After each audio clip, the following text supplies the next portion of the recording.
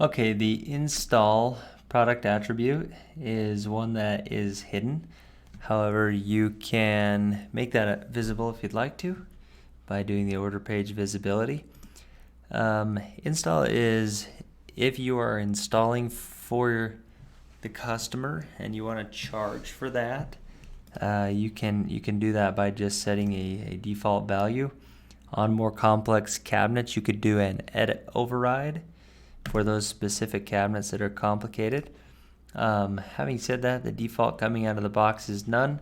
And if you look at the fields, ID is not being used currently in any of the formulas, but is there so you can use that ID to create functions if you'd like.